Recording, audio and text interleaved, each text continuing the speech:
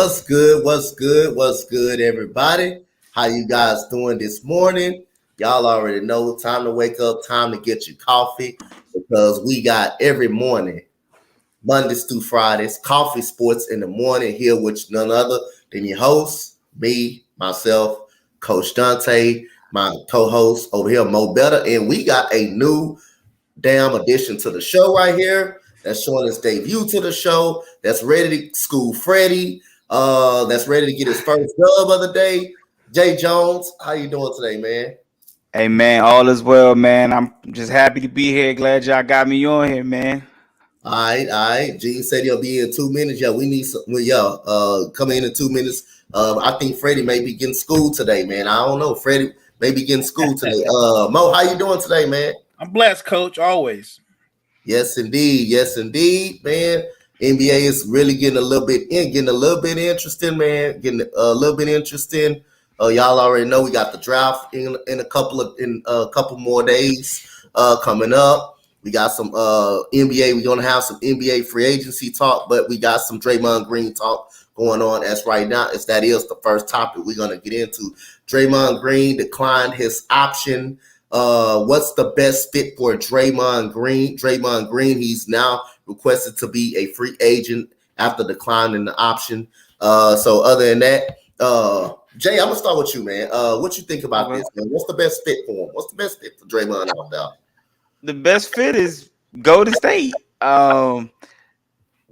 This isn't a surprise to Golden State. I believe Golden State already knew that he was going to opt out to try to help renegotiate his contract, maybe make it a more team friendly contract so they can try to keep that core together, that core of Draymond, Clay, and Steph together. However, some of the younger pieces might get moved, like Kaminga, even Jordan Poole. It's going to be interesting to see what they do with him. I honestly think that Draymond will be back in Golden State. It's like I said, it's not technically a surprise. As you've been hearing, Steve Kerr has been preaching volumes about how important Draymond is. He's recently said that he doesn't even believe that the team can be a championship contender.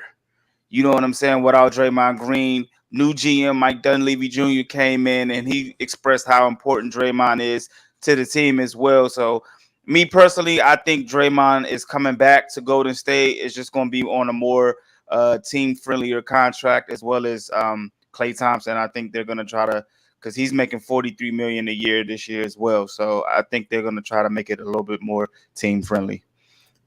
Mo, we, I'm pretty much in the same spot. I think the best place for Draymond is with Golden State. So his per year salary will come down, but maybe they'll give him more money and stretch it. I think they're going to do the same thing with Clay because we talked about this the other day. This is about what you can still do with that core while your best player, Steph Curry, is still a superstar. Golden State is not thinking about the future. They're trying to win right now. Like I said before, if they can win one more title in the next 3 years and it hurts the future, they'll do that. That they're playing for right now. They're not thinking about the future. So I do think it's highly likely Jordan Poole will get moved. Maybe Kaminga. Although if the rumors are true that Jonathan Kaminga has grown more and he's now a legit 7'2", I'm not trading that guy. I'm not trading that guy with that athleticism to go with that kind of length. I'm not trading Kaminga.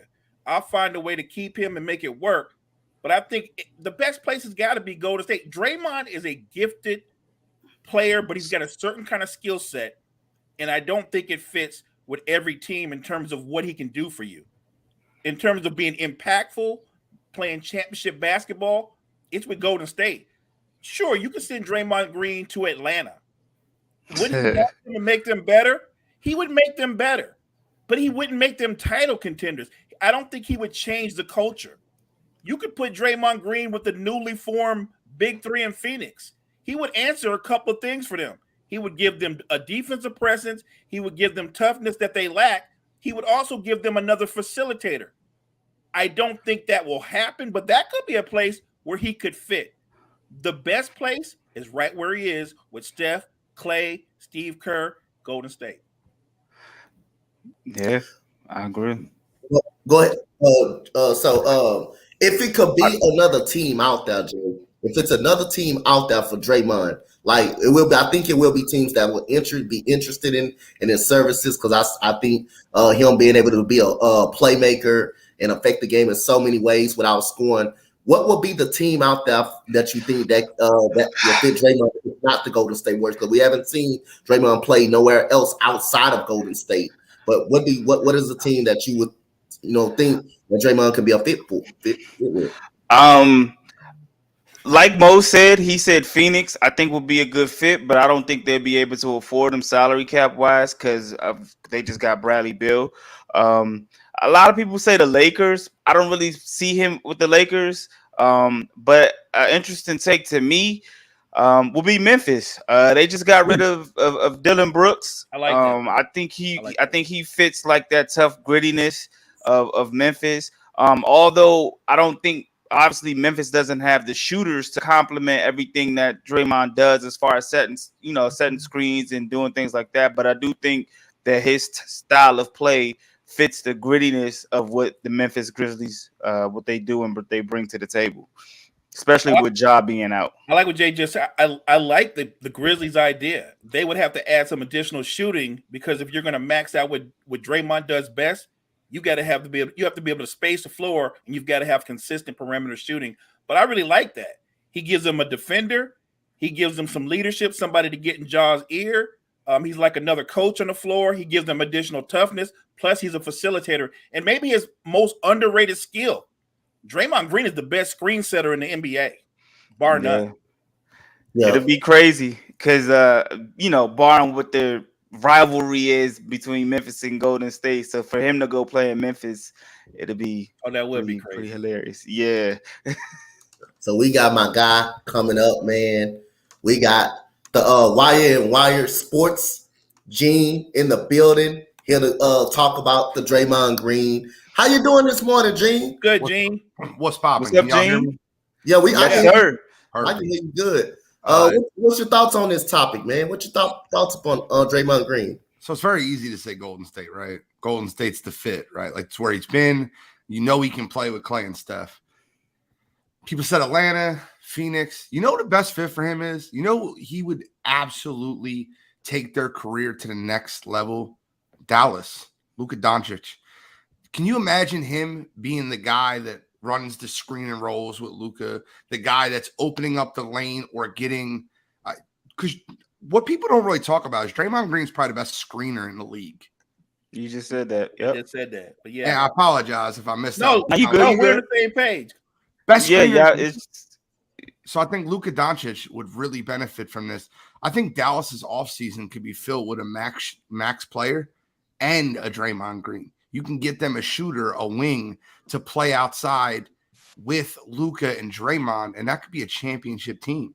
That's not adding Draymond. Draymond's a winner, right? Draymond's been a winner his whole career. He's always been a winner. And the one thing he brings to a team is a level of toughness, a level of defense, and an unselfishness on the offensive end. Luka Doncic reminds me so much of Allen Iverson in the early 2000s, right? Like the ball always has to be in his hand. He's taking the shot. He's setting the shot up. He's constantly beating the offense. The focal point is centered around him. And how that 0-1 team worked perfectly is not with Larry Hughes and Jerry Stackhouse. They got rid of them. It was with Eric Snow, George Lynch, Tyronn Hill, and Dikembe Mutombo. It was guys that just were muck and grind players that would be physical, play great defense, and allow Allen to be Allen. Luka needs to be Luka. And I think Draymond Green would be a perfect fit. Like literally fit like a glove in Dallas.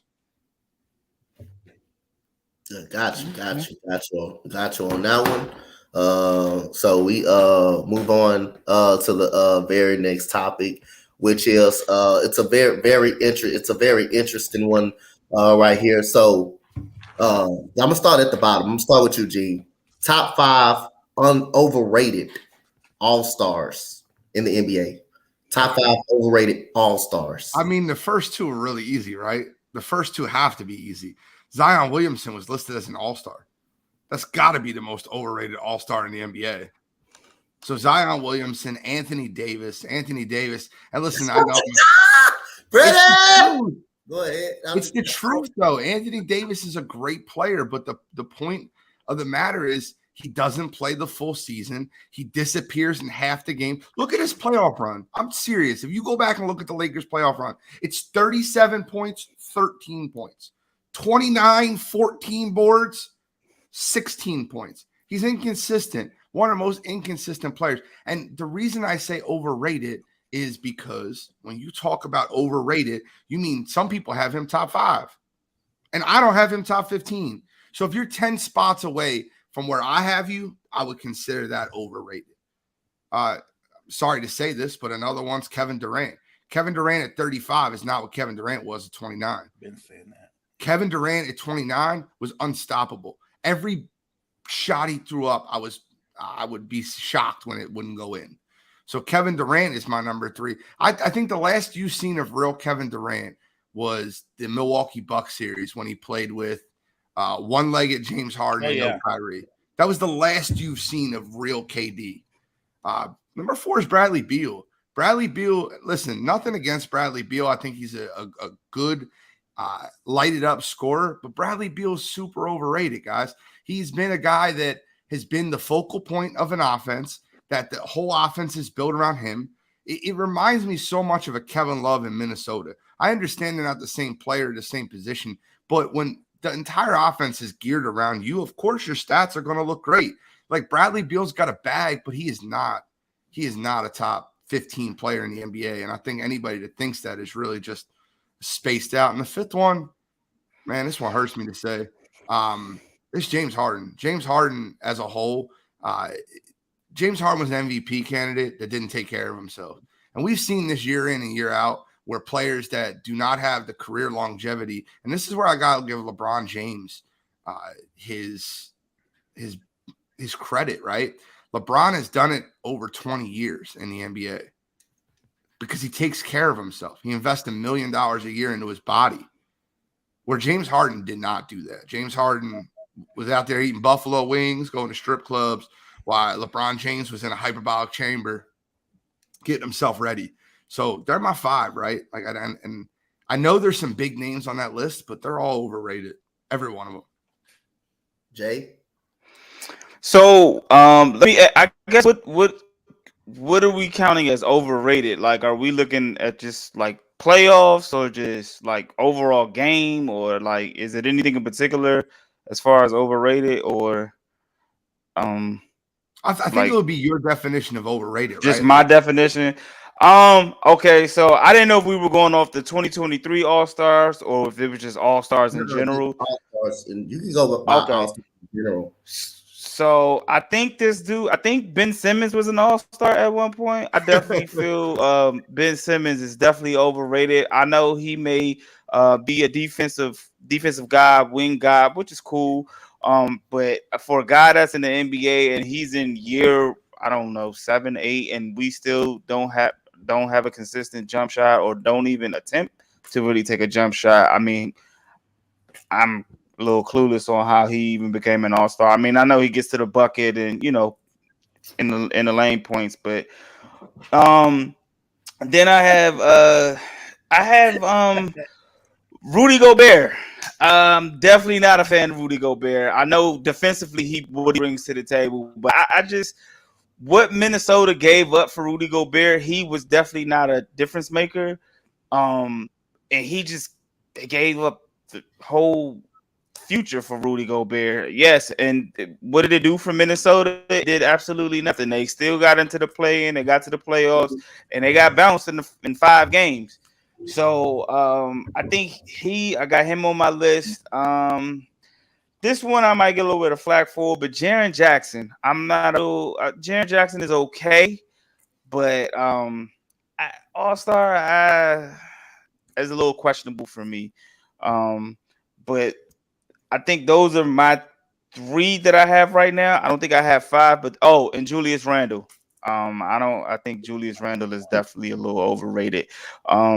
We saw his playoff run, but I think he just like when it comes to big games and playoff moments, it just comes up short. So, and I might throw Cat in there too. I just needed to show you. I had a live picture of Ben Simmons. Man, you ain't lying, man. But yeah, I think those are my five. Cat, he stays in foul trouble in the playoffs. Whenever you need him to come through, he's constantly in foul trouble. And it's not even like smart fouls. It's like dumb reaching at the half court, like as a guard is bringing the ball up. You're like, what are you doing, Cat? Like, get your ass back down court. So, but yeah, those are my five right there. Jay, can I ask you a question? Go ahead, G. Yes, I just sir. want to know if that Rudy Gobert trade goes down as one of the worst trades in NBA history. Oh, of course. That is That is one of the worst trades I've ever seen. It has to. Yeah, that's up there with like. It's worse. I think the only trade that I can remember that's worse is either the Andrew Bynum trade or the Markelle Fultz trade. Oh, the Bynum trade. I forgot about good one, Gene. Damn, the Bynum trade. Wow. What's good, I Fred? forgot all about that. Good morning. It's definitely up there as the top bus. What's going on? Even my internet, the computer can't stop me from coming on here and giving out my education class today. Oh Lord, there you go, y'all. Like always. I love coming on the show with Gene, Mo, Coach. Did you take your medicine this morning? Yeah, I got my hyped up gummies right here. So I got my hype gummies. So I'm a hype. And what's up, Jay? Nice to meet you, Jay. Please, nice. Yes, sir. I want to warn you. Whatever I do on this show to you today, I do not want you. Hey Jay, don't let him do it, man. He always try to do that. Don't let him do it. Don't let him do it. How my man.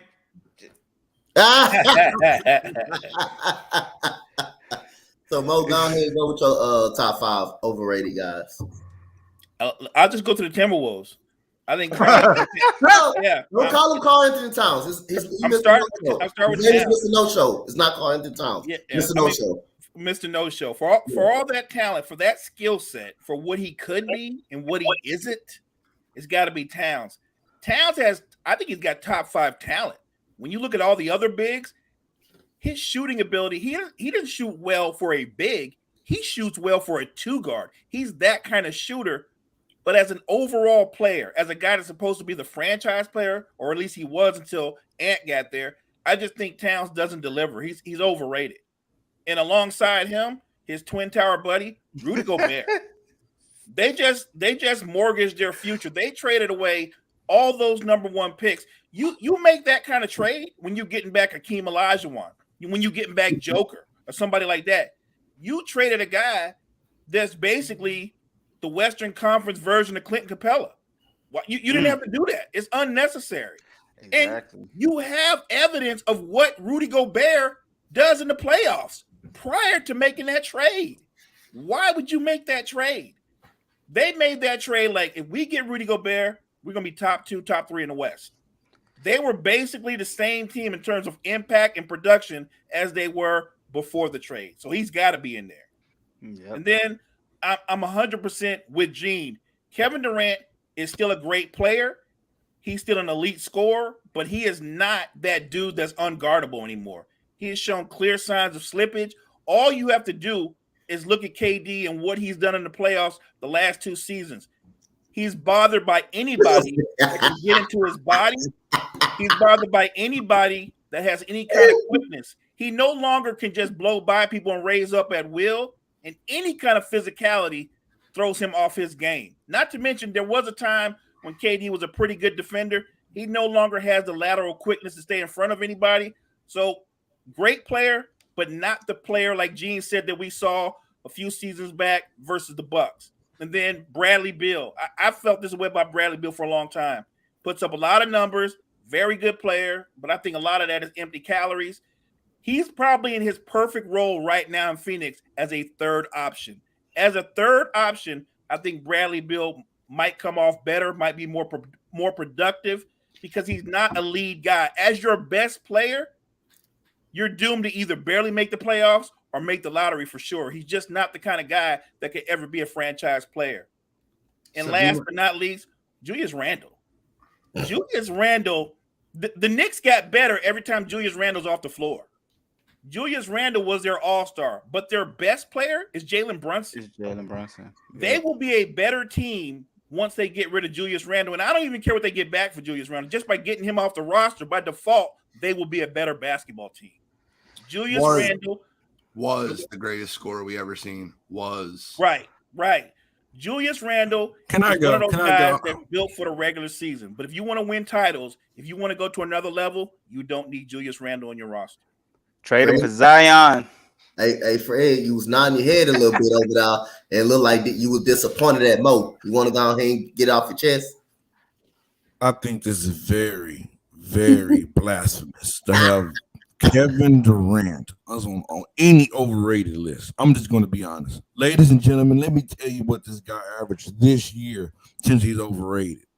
He averaged 29 points a game. He shot 55% from the field, 37% from three, 6.7 rebounds, gave you 5 assists. And you call that overrated? Take a half step He's back not from the overrated. mic. Take a half step back from the mic. This brother is he's not overrated. This guy is still one of the best scorers in this game, even in his later part of his career. I mean, I just think it's crazy to say he's overrated. Freddie, he's going to continue to put up numbers in the regular season. And then the playoffs are going to come, and people are going to get into his body, and they're going to attack him, and them shooting percentages are going to drop like they have the last couple of years. Everybody keeps saying, like, it's more age than he lost his – right, age is part of it. Father Time is undefeated. That's right. No one on here is saying he's not a great player. What I'm saying is he's clearly not the player that he was. That's all I'm saying. Look, LeBron's not the player he was 5 years ago, but he's still a terrific player. Kevin Durant he's no longer what I would call unguardable anymore. I agree. Kevin Durant's going to make a lot of people eat crow next year. Let's not forget that he got traded mid-season to a new team. Chris Paul goes down in the playoffs. Kevin Durant is still Kevin Durant, and I guarantee you that he's still a problem. He's still unguardable. This is only 2 times that we've seen him be guarded. 2 times in his career, we've only seen this happen. I'm not going to jump the gun that quick. Freddie, that's all we have to go on. It's not in order. His last 2 times in the playoffs, right? I'm only going off of what we've seen. Hey, I'm still going to give that brother his respect. He's Kevin bleeping Durant, okay? I'm going to still give him his love. I'm going to still give him his respect. 48 hours ago, you get my top 5. On Freddie Facts. He is soft. He is soft. He is soft. Jesus. Gene, he is soft. That don't make him not a great player. He is soft. He is. That don't make him who he's still Kevin Durant, though. But I'm going to give my top 5 real quick. This is not in order, by the way. I'm just like Mo. I'm going Rudy Gobert. I mean, he's useless in today's basketball. We're talking about back in the 90s where the traditional center was, in the post, catching lobs, blocking shots, okay, he would have had a case. But hey, Rudy Gobert, we've seen him get exposed many times in the playoffs. We're going to bring a playoff like my brother Mo did. He's got exposed many of times.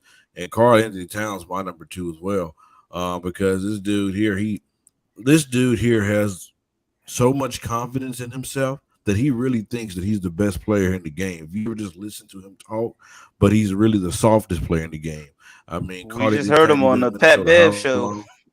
Yeah, just heard him. So he definitely had to be my number 2. Ben Simmons, number 3. I remember all the hype that he had coming out of LSU, coming to Philadelphia, supposed to be the next LeBron James, supposed to be, this, supposed to be that. And I've been seeing you on the sideline more than anything, just because you got your feelings hurt. So Ben Simmons definitely had to be on that list. If we got to go number 4, I'm going to go Zion Williamson just because he hasn't been available. We all know the talent this brother bring. We all know the freak of nature this brother bring. We all know what he could bring to a basketball team, but we don't see it. I mean, if he need to get out of New Orleans, get him out of New Orleans. But the NBA need to see Zion Williamson on the basketball court. He's pretty much useless. He's a waste of talent if he's not on the basketball court. If we're just being quite honest with ourselves. And number five, man, it's tough. Number five, I'm gonna go Julius Randle. I kind of piggyback between Julius Randle and no, I'm not going Julius Randle. I'm sorry. I'm gonna bring somebody new to the table. Paul George, PG-13. How many times have we seen him get exposed in the playoffs? I mean, let's be honest. Paul George have not been the same since in the Indiana days. Since he had that crazy injury. He had a good year with Russ in OKC. He had an MVP. He had a very good he had a good year that year. But ever since then, he's come up short in the playoffs. He's looked smaller than himself. So Paul George is definitely number 5 on my list. Pandemic P. All right, so I got Julius Randle, Mr. No Show, Zion Williamson, Paul George is an awesome one right there. Paul George is an awesome one, playoff P. But I got one more person that I gotta put in here. Rudy Gobert, you can throw. I'm gonna throw in now, but the extra person I'm gonna throw in, and I'm gonna throw in Trae Young. I'm gonna throw in Trae Young. I think Trae Young is a little bit overrated. Ever since the Eastern Conference Finals, they've been playing twice. They've been in the playoffs. They got smoked by Miami. Yes, he averages a double-double. You can talk about the 11 assists.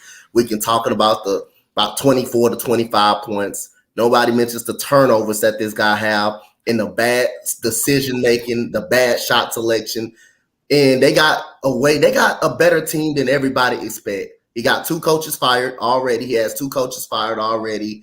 Jadante Murray supposed to come in, take this team a next step up, but this team continue to overachieve because of Trae Young, bad shot selection, and he's not efficient from the field. Trae Young is not even that efficient from the field at all. So Trae Young is a guy that I consider is kind of overrated. Is a little bit overrated. So, Coach, real quick, I got a nickname for Julius Randle. I know how you give me a lot of nicknames. Like you had Finding Nemo for Chase Claypool. Yeah. There's a lot of them, right? I've created a nickname. I'm gonna get this patented. I might put it on T-shirts. Julius Randle's nickname is Velcro because everything sticks to that. Yeah, Velcro. He just stops. It stops the whole damn offense. Everything sticks to him. And, when the offense is running smooth, it's running well, this man just it sticks right to him. So his new nickname is Velcro because he slows down the entire offense. Everything sticks to him. Hey, it's funny that you said Trae Young. I came across an article that said who's the most overrated players, and this survey was conducted by NBA players. I don't know if you all seen it, but Trae Young was the highest at 14.8, followed by Julius Randle, Pascal Siakam, Jimmy Butler, Rudy Gobert, Jaren Jackson, RJ Barrett, Dylan Brooks, Draymond, Dame Lillard, CP3. Hold on. That list is suspect as hell. As soon as I heard Jimmy Butler at 3. Jimmy, come on. Jimmy Butler. They must have did this list before they got into the playoffs. Because it might have been. It might have been. Yeah, I think it was maybe. What are we in June? It may have been in like May or somewhere, or maybe late April, early May. But it was done this year. Yeah, around that time. But if you do it before the playoffs, I can get it. Jimmy Butler is not a regular season player, but come playoffs, that means a top 10 player in the league. I agree. And he gets slept on. Remember, during the regular season, Jimmy Butler's not taking more than 15 shots a game. So he's not focusing on offense. He elevates his game in the playoffs. So I don't like that Dame is on that list either. I don't think Dame is overrated at all. I mean, he hasn't had success, but I don't think Dame is overrated. He is now. Dame Lillard since the Olympic team has been awful, and yet no one wants to admit it, right? We all love Dame Lillard because he's loyal and like he's given us the Dame time moments and the fall away 3-point. But ever since the Olympic team, he's been terrible. Like in the words of Charles Barkley, he's been terrible. Okay, like don't go watch the Olympics. Watch him shoot 1 for 9 for 3. And I seen terrible. it. They had to pull him off the court. He was awful. And he's been that way since he's been. Listen, age is undefeated. Undefeated. And I love Dame Lillard. Dame Lillard is a great. He's going to be a great second or third option on a championship team if he gets traded. Love Dame Lillard. But let's not pretend this is Dame time from 5 years ago. It's not. He has been tragic since the Olympics.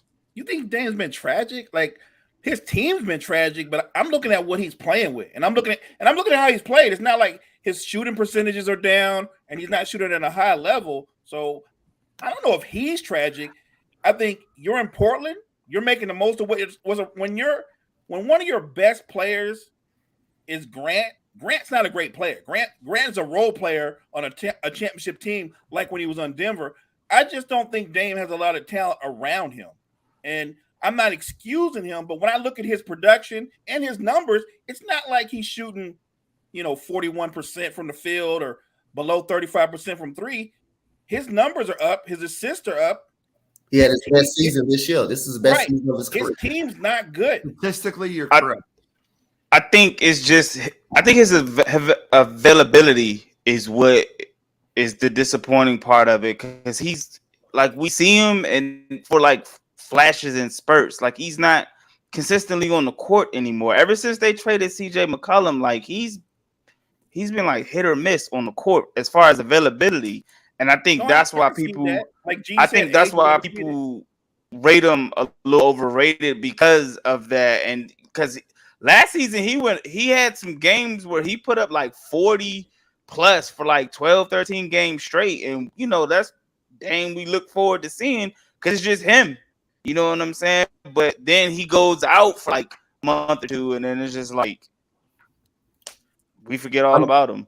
A reason why he dug. He probably has that injury because of Portland. They use him a lot, man. Portland. Jeremy Grant is also a guy that can stay on the floor. Jeremy Grant was a guy that did average 18 points, 20 points with the Detroit Pistons and the Portland Trailblazers. He's not being able to stay on the floor. That big man, Yusuf Nurkic, has been hurt consistently. So Dame is in a tough spot. Organization never did outside of that Western Conference Finals year. Dame has never had the supporting cast that he has ever had, and he tried long and long to stick with it. But yes, he had that abdominal injury. That's what held him back in Team USA. He had that abdominal injury. He played right through it. I thought that was a mistake. He shouldn't have even played it at Team USA. But yet he has his best season of his whole pretty much career. He's had great seasons, but this was by far his best season for shooting and every scoring, everything else. But Des, you want to give your top 5 overrated guys? I got some. Good morning, Gene. Good morning, everybody. Number one, I've talked about this. I think with Coach Mo, we talked about this before. Karl Anthony Towns, Mr. No Show. How do you be on an organization and you're not the main guy? When it comes to the playoffs, he doesn't show up at all. He's really overrated, in my opinion. Number 2, Julius Randle for the New York Knicks, really overrated, in my opinion. They pay him a lot of money, and when it comes into playoff time again, is choking. Number 3, who else I got to put on my list, man? I mean, I really have like 2. I don't have 5. I don't have 2. Bro, your name is hilarious.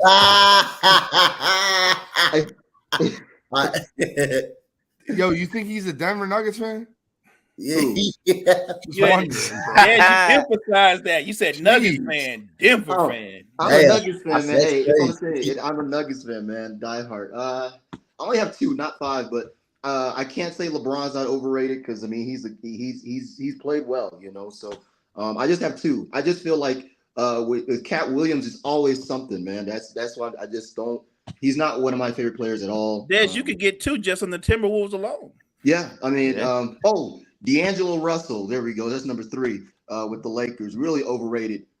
He's not a great point guard at all, in my opinion. He turns the ball over, doesn't shoot a lot of threes well. There's a lot of players that just put a decline that are disappointing. That you think about this offseason during free agency, like Zion Williams. That's another disappointing, overrated player. That they had high ceiling, but they're declining so fast that there's really no value. I don't think Damian Lillard's overrated. I just feel that he needs a better supporting cast because the team that he's been. Go ahead, Jim. He can get it if he leaves. I didn't put him on my list, but I think what y'all always love to do, because Dame is such a lovely guy and a great guy, is you guys really want to talk about his supporting cast. So let's talk about his supporting cast, because I pulled it up when you guys were talking about it.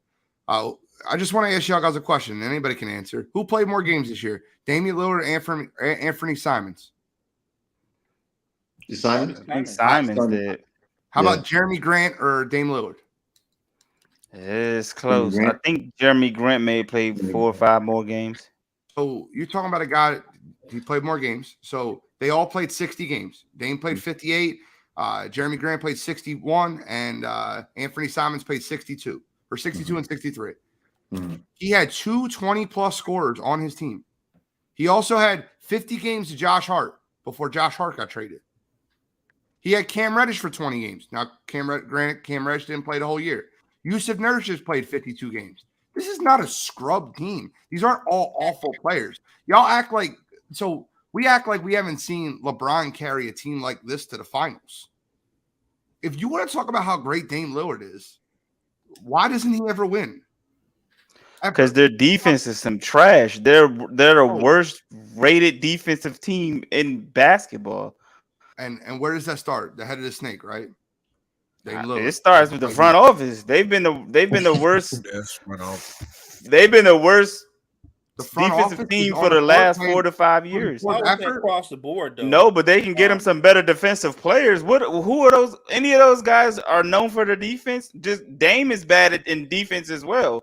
Right, but Nurkic don't play defense. Simons none of them do. Right. Simons was the worst defensive efficient player. Josh Hart did play defense. Hart's a role player. I mean, he can play defense, but he's a role. If they value him for 51 games, right? But he's a role player. Yeah, I get it, man. I like Dame. I like Dame too. I just feel like y'all need to. If you're going to call Chris Paul to the carpet as much as he gets called to the carpet and never call Dame Lillard to the carpet, I don't understand the difference. I don't get it. We talk about Chris Paul all the time. Not winning, but Dame Lillard, we all like him, so we don't ever call him to the carpet. No, I just thought his name was interested. It was on the list. I just feel like it's availability. Go ahead, Fred. Listen, let me explain it. This is why. Chris Paul has played with all-time great players throughout his career and have not got it done. That's why. Name them. I mean, look at Lob City. Blake Griffin's all-time player? Blake Griffin's all-time player to you? He's played with who? Name them. Blake Griffin's played better than him. I'm trying. Let me talk. Blake Griffin, DeAndre Jordan, JJ Redick, Jamal. JJ Redick's an all-time player? He's playing with great players, Gene. Who? I mean, okay, let's be honest. He had great talent around him. I understand that you love Chris Paul. I understand that's your dude, but be honest. He played with who else played? You can't James name Harden. this. Who? Who, Freddie? James Harden. Who's an all-time player? You said JJ Redick. Are you out of your mind? JJ Redick, 6-man JJ Redick on the Clippers. Chris Paul probably his best players he probably played with was Devin Booker and the little bit of time he had with KD. Those are probably his best players. And other than that, don't forget James Harden well. Yeah, one season with James Harden and a hamstring injury away from going to the finals. Yeah, right. Blake Griffin is about slouch. DeAndre Jordan, he's had talent around. DeAndre Jordan's all-time player. He's had better teams put around him. No.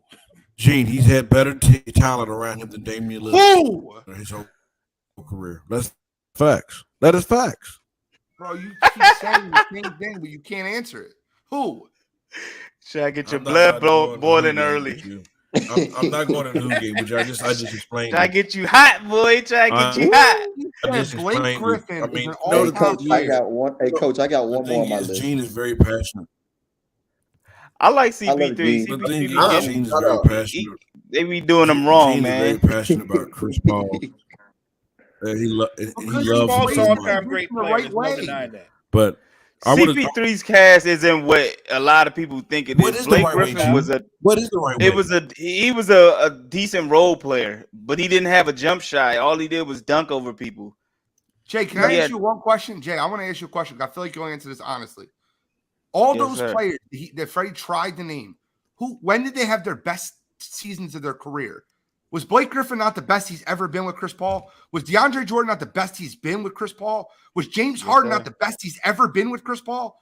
Like Yes. all these Yes. James James Harden the best he's ever been with James Chris Harden Paul. was even James Harden was better without Chris Paul. Was actually a great player without Chris Paul. That wasn't. He was a good. He was a great player, but he was better with Chris Paul because he got the. Got hurt, stayed hurt the whole year.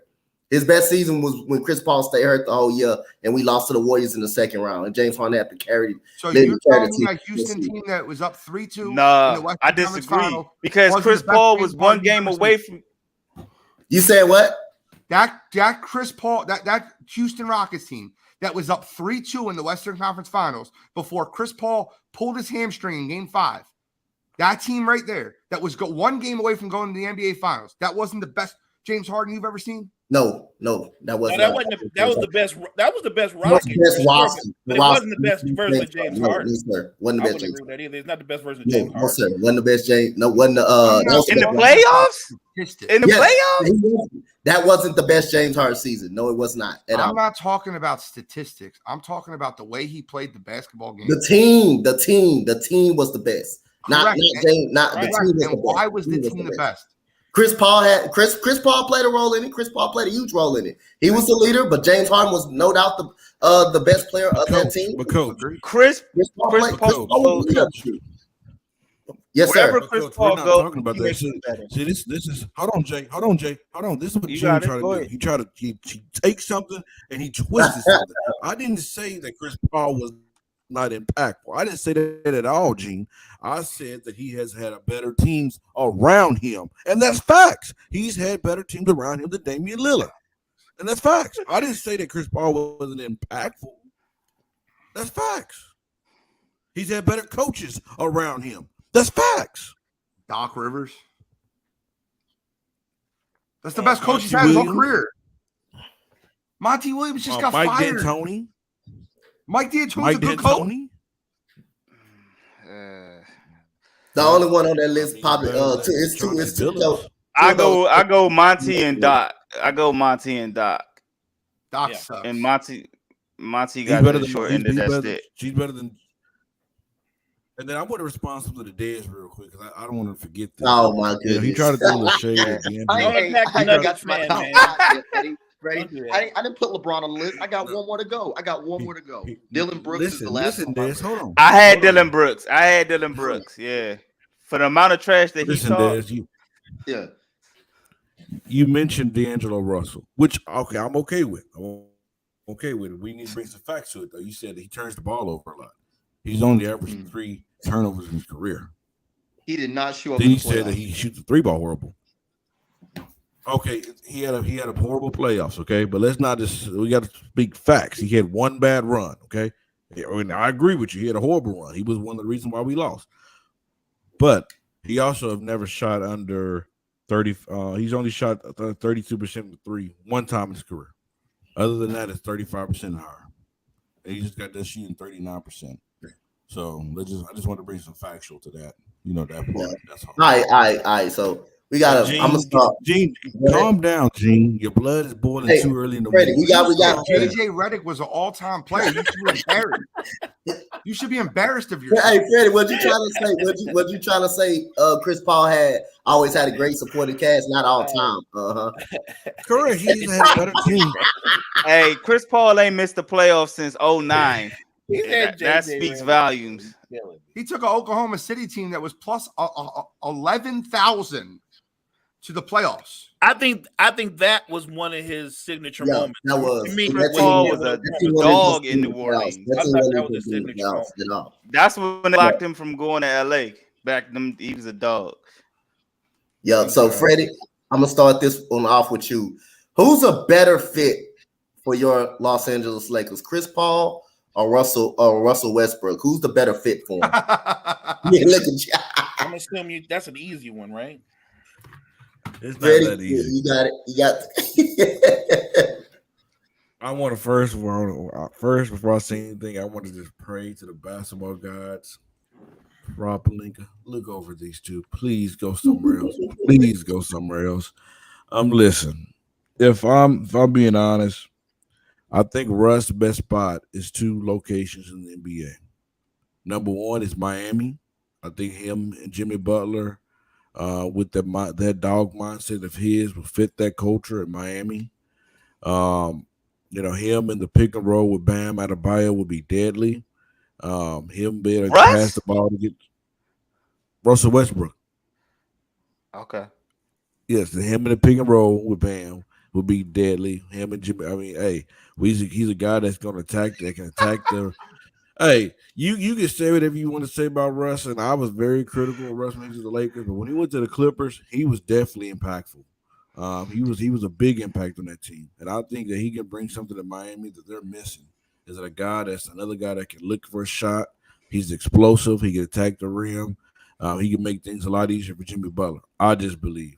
And I think his best spot would be for him to go back to the Clippers. The Clippers really need a guy like him that they can depend on. He can get the shooters open, making things easier for Kawhi and Paul George. For those guys when they are on the court, that they don't have to worry about the facilitating part. So I do think Russ is the best fit is with the Clippers, and unfortunately, Chris Paul's best fit. Chris Paul's best fit is with the Lakers. I mean, he's going to bring that Rajon Rondo type feel. When he was with the bubble, with Anthony Davis, we got the best AD. I mean, you talking about a guy that's going to run the offense through Anthony Davis, run the pick and roll, going to make things a lot easier for the guy. He's going to make things a lot easier for LeBron James, where LeBron don't have to have the ball in his hand as much. He's also, I'm looking at the younger guys as Rui, Austin Reeves, those guys. He's going to make it easier for those guys as well. Chris Paul's not going to look. He's not going out there looking to shoot the ball 15 times. He's just going to look at 10, 15 assists, be that scrappy player that he is. And I wouldn't mind it because he's probably going to be on a cheap contract. Especially later on his age. I would definitely try to bring D'Angelo Russell back. Maybe, work between them two and just build from there. So I think Chris Paul best fit is at the Lakers. My man said Russ was a good fit for Miami. He is. Tell me you don't know basketball without telling me you don't know basketball. Mo, go ahead, Mo. Go ahead. He is a good fit for him. No, he's not. I think Chris Paul is the easy choice for the Lakers. I don't think that's where Chris Paul should be. I don't think this is the best fit for him. I still think, we talked about this earlier, it's Boston or Miami to me that are the better fits. But with Russ, look, I think Russ can play with the Clippers. He should stay with the Clippers. I would have him if I'm the coach, I would have him in a different role. Russ in small spurts can still be productive and not hurt you. You do not want Russell Westbrook on the floor making late game decisions. I have nothing against Russ. He has had a great career, and to his credit, he's over a decade into his career, still probably one of the best athletes in the NBA. But I don't want him as my starting point guard. I don't want him in the game in a 2-minute situation when it's a 1-possession game. I don't want that guy making late game decisions. I definitely don't want that guy taking 3-point shots. So I think Chris Paul by far is a better pick for the Lakers, but I don't think the Lakers is the best fit for Chris Paul. Gene? All right, so let's call it like it is. Chris Paul should retire. He's too old. He shouldn't be on any team. He should be on his couch. He should be doing State Farm commercials. Stop playing basketball. You cannot make it through a full season. You always have an injury come playoffs. Like, retire, bro. You're 38. It's over. I love Chris Paul. We just talked about this. His best, if you're asking who's the best fit between those two players, it's Chris Paul. But you need to sit him the entire year and let him play the last 10 games of the season in the playoffs because that's all he can do. He's give you 40 games. That's it. Okay. You said something about Russell Westbrook, right? Cottrell said this perfectly, and y'all need to highlight this and talk about this. It's perfect. No way Russ works in Miami. His best bet is to follow Ty Lue everywhere he goes. And that is accurate. He needs a good coach that can coach him the right way because Russell Westbrook's athleticism can be great. But you see it in the NFL with quarterbacks, right? Quarterbacks that aren't good decision makers, but they're a hell of athletes, and they find the right offense coordinator that basically gives them two options. If the DN drops back, you run it this way. If the linebacker blitzes, you throw across the middle. I'll go back and look at the Eagles Super Bowl run. Look at Nick Foles. They ran the same play the whole damn series. It was an RPO all day. It was, I'm going to hand the ball off. If the linebacker caves in, I'm going to throw the slant. That's what Russell Westbrook needs. Go downhill and drive the lane. If the wing comes in to double you, kick it to the corner. That's all you have to worry about. But his decision-making is awful. Awful. Go ahead, Jay. No, I agree with Gene. I think Chris Paul, man, we've seen his best days. If we're talking about where he fits with, between him and Russ, CP3 is, they call him point guard. They don't call him that for a reason. Obviously, he's the better player. He would fit better with the Lakers. Russ would be better with the Clippers. Russ, like Freddie said, his numbers were better than what they were with the Lakers. And that's partly because he had a little bit more space. With the Lakers, he didn't really have space. So, he was shooting bricks. That's why him in Miami doing pick and rolls with Bam Adebayo just doesn't work because his mid-range is not there. But yeah, CP3 needs to go ahead and retire. Maybe he can, he'll probably, if the Lakers can work their salary out, he'll probably run with LeBron because that's his boy. He got Anthony Davis there, but he just go ahead and chill, call it a career, man. It's been great. Go from there, man. Got you.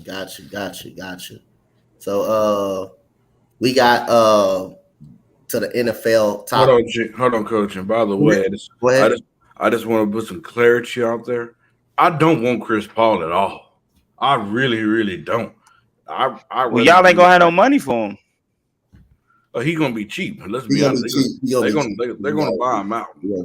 But y'all might not be able to get. Better. Huh? Y'all might not even be able to. Million times better. Sorry. Y'all might not even be able to get, Rui Hachimura back. You know what I'm saying? Y'all got some decisions to make. So I mean, I don't know what cheap is, but hey, Jay, got a little strap for cash over there. Hey Jay, I'm gonna tell you, we LA baby. We'll make it work. You best believe that we'll make it work. We bring the whole band back together. And we're gonna bring Chris Paul if he comes. He's gonna be on a cheap contract. It's gonna be like $2, $3, $5 million because he's gonna get bought out. He's gonna get that money that Phoenix owed him now to Washington owes now. So I'm not worried about that. So if y'all get Chris Paul, how far y'all gonna go? Well, it depends on if I'm gonna tell you what I would love to see, and I would tell you if this happens, Rob Pelinka definitely had to be the executive of the year for this upcoming season. I would like to see him bring Chris Paul, bring back Austin Reeves, bring back Rui.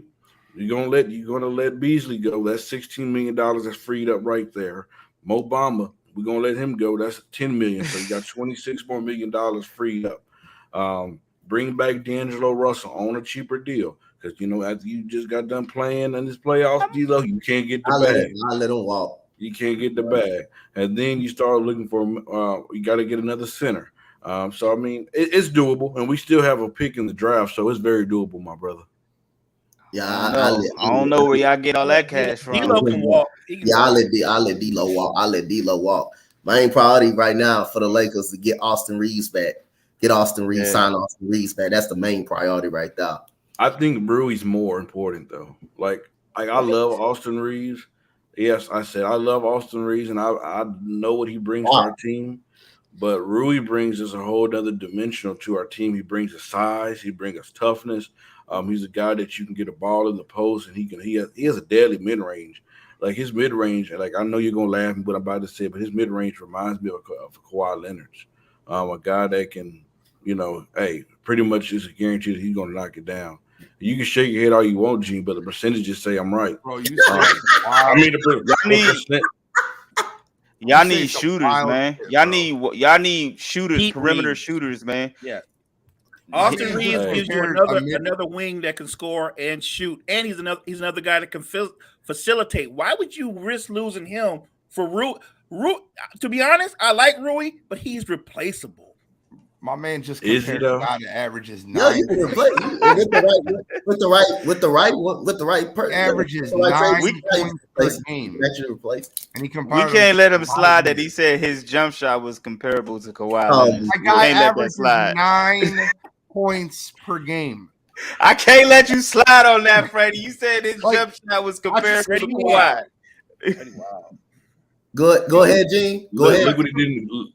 My man averaging a triple single, and he compared him to Kawhi Leonard. Like he averaged 9 points per game. Look what he did in the playoffs, Gene. I mean, he had a phenomenal run. Playoff stats. I'll pull up his playoff stats. Pull it up.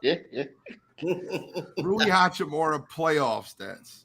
Pull it up. You just compared this man to Kawhi. That'll be a short pull-up. He averaged 12, 4, and 1 in the playoffs. Kawhi Leonard go game by game. I mean, he did more than Kawhi Leonard this playoffs. He did more than Kawhi this playoffs. You know, Kawhi Leonard scored more points in one series in 2 games than Rui Hachimura scored the entire playoffs. No, he didn't. He did. Yeah, he did. He dropped 30. He dropped 30 in both games.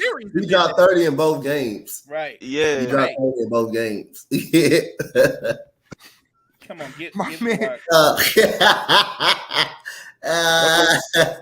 Freddie Wild.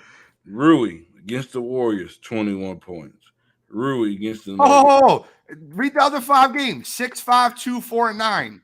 You literally read the one game. He tried to skip.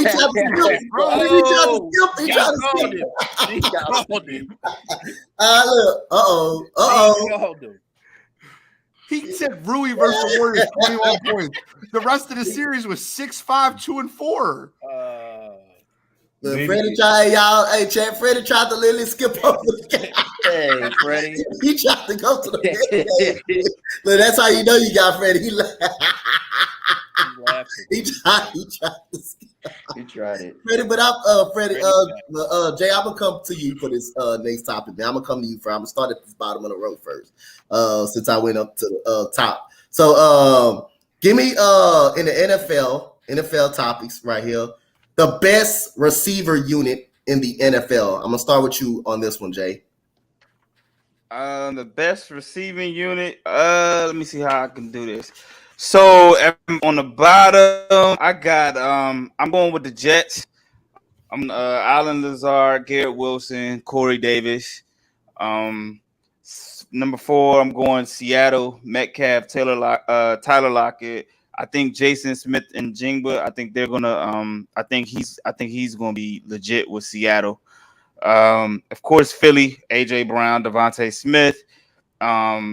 Miami with Waddle and Hill, and then number 1, I got Chase, Jamar Chase, Higgins, and Boyd as the number 1. All right, Gene. So if we talk about receiving corps and not talking about quarterbacks, the best receiving corps in the NFL, there's 2 of them, is Cincinnati and Seattle. They're 1 and 2. If you're taking the quarterbacks out of it, obviously Joe Burrow helps Cincinnati. But if you're just looking at the overall receivers, Cincinnati flexes Jamar Chase, T. Higgins, Tyler Boyd. Seattle got Jackson Smith and Jigba in the slot. Are we serious right now? They got DK Metcalf, Tyler Lockett, and Smith and Jigba. Like, that's wild to me. The Philadelphia Eagles are up there. Devontae Smith, the Slim Reaper, AJ Brown, Dallas Goedert. Let's not forget about Dallas Goedert, top 5 tight end in the league. San Francisco 49ers. You have Deebo Samuel, Brandon Ayuk, George Kittle. Don't sleep on George Kittle. What he did the second half of last year was incredible. And then you can't have a list like this without having the best dynamic duo. And the reason they're 5 is because there's only 2 of them. But the best dynamic duo in football is Tyreek Hill and Jalen Waddle. There's no one better than those two as far as 1 and 2 punch. The cheetah takes the top off the defense, and Jalen Waddle is as explosive as they get. Yes, sir. I agree. Des. Damn, Gene just took my whole damn list. Thank you, Gene.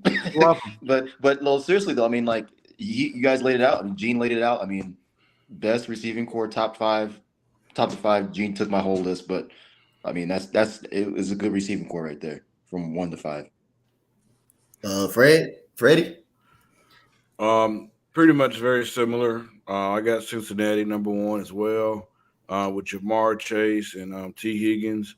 And they still have great tight end depth as well.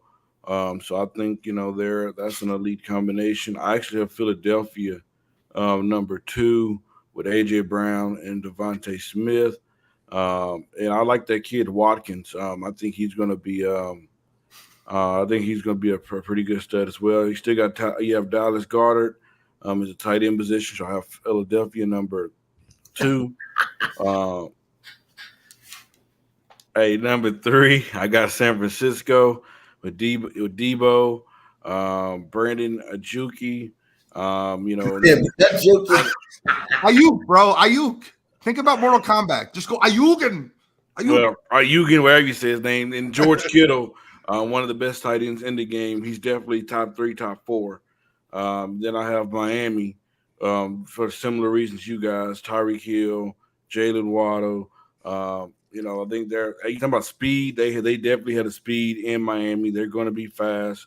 They definitely, just their only question is the quarterback. Have he had too many concussions and all that good stuff?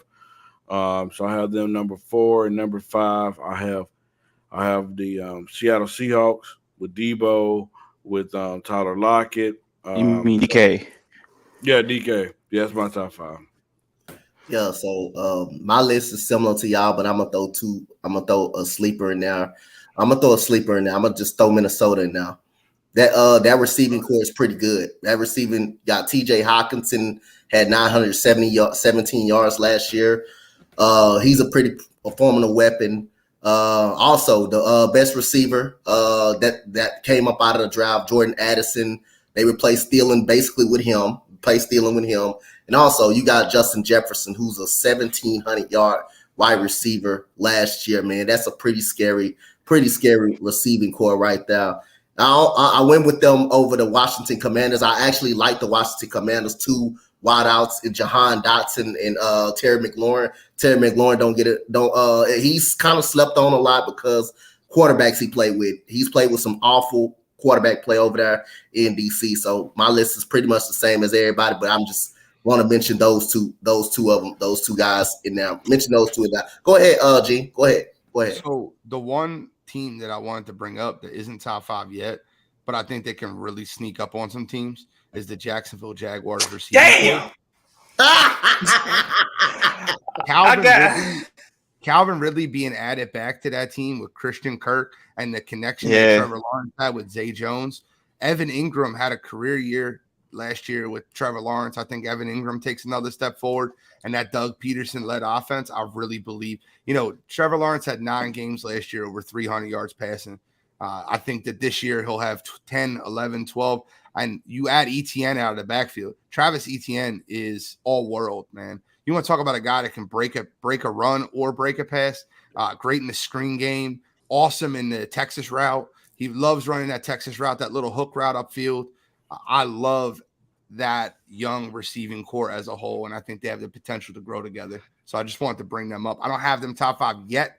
Yeah, but they could be top 5 by the year. Go ahead, Jay. You had your hand up. No, he literally. That's who I was gonna say. I had them as my honorable mention. I think they, like he said, I think they're gonna do damage.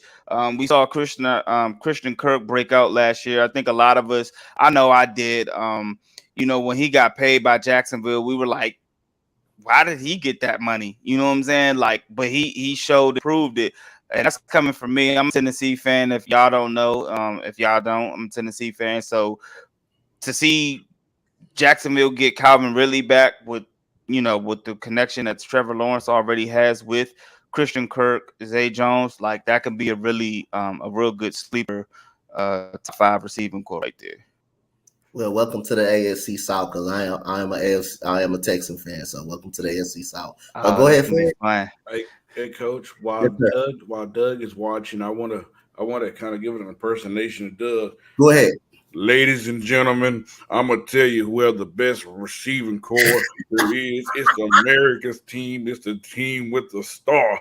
We got CeeDee Lamb and we got Brandon Cooks. I just had to throw that out. Yeah. All right. So, Fred, I'm gonna start this one off with you.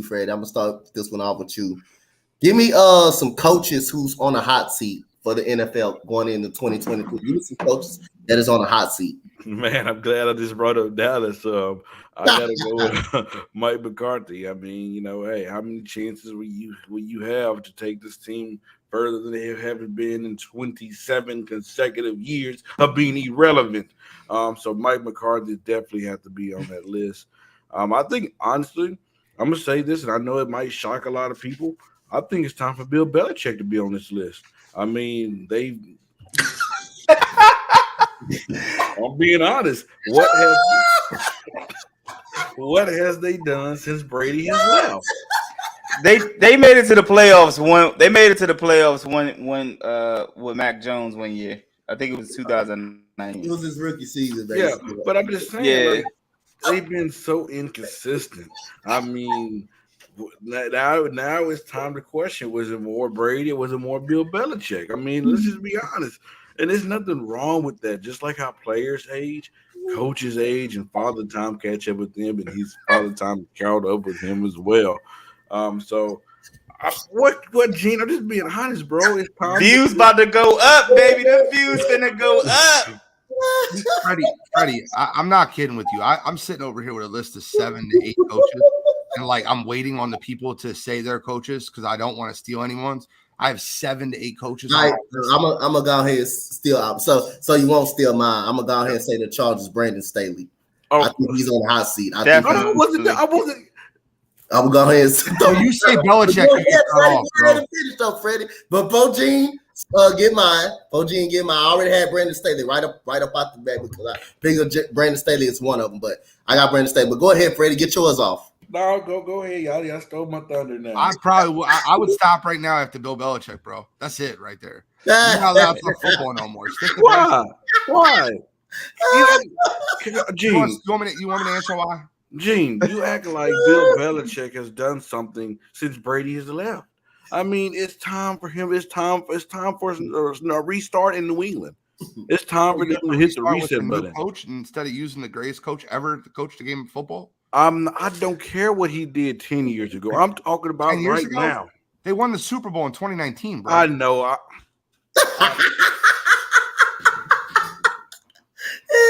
They were in the playoffs in 2021. Gene, that's when it was 2021. Yeah. But they've continued to come up short. So bro, you say some of the wildest shit in the NFL, and that just makes me believe you should just stick to basketball. But Gene, you act like Bill Belichick is just running a dynasty. Let me ask you a question real quick. Do you think Bill Belichick should be more on a hot seat than Ron Rivera in Washington? No. You let me finish my list. Y'all just cut me off and took. There's 10 coaches in football that should be on a bigger hot seat than Bill Belichick, and you bring up Bill Belichick. I didn't put number one. I didn't put a number one. I didn't say number one. I just that was my first name came. I said. Freddie, get it off, Freddie. Get it off, Freddie. I mean, if you let me, I was gonna go Ron Rivera. I'm number 3. Go ahead. Number 3. I mean, it's definitely time for him to start over. I mean, Pete Carroll. It's time for him to go. He should have been on the hot seat. Pete Carroll just took Geno Smith to the playoffs. So, are you serious? Yes. Pete Carroll's done a magical job in Seattle. He took Geno Smith to comeback player of the year. And you say he needs to be on a hot seat? Yeah. Are you out of your mind? No. And my last one should be Todd Bowles. Okay. Oh man. Go ahead, Jay. Get it out. Oh man, that's. I got Todd Bowles at number 5, Josh McDaniels at number 4, Mike McCarthy number 3, Brandon Staley at number 2, and of course Ron Rivera at number 1, All right, so and Kevin Stefanski as an honorable mention.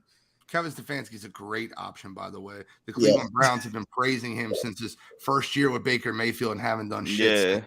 So that's a great answer. So You there's give a him ton of great coaches answer. that need You to be on.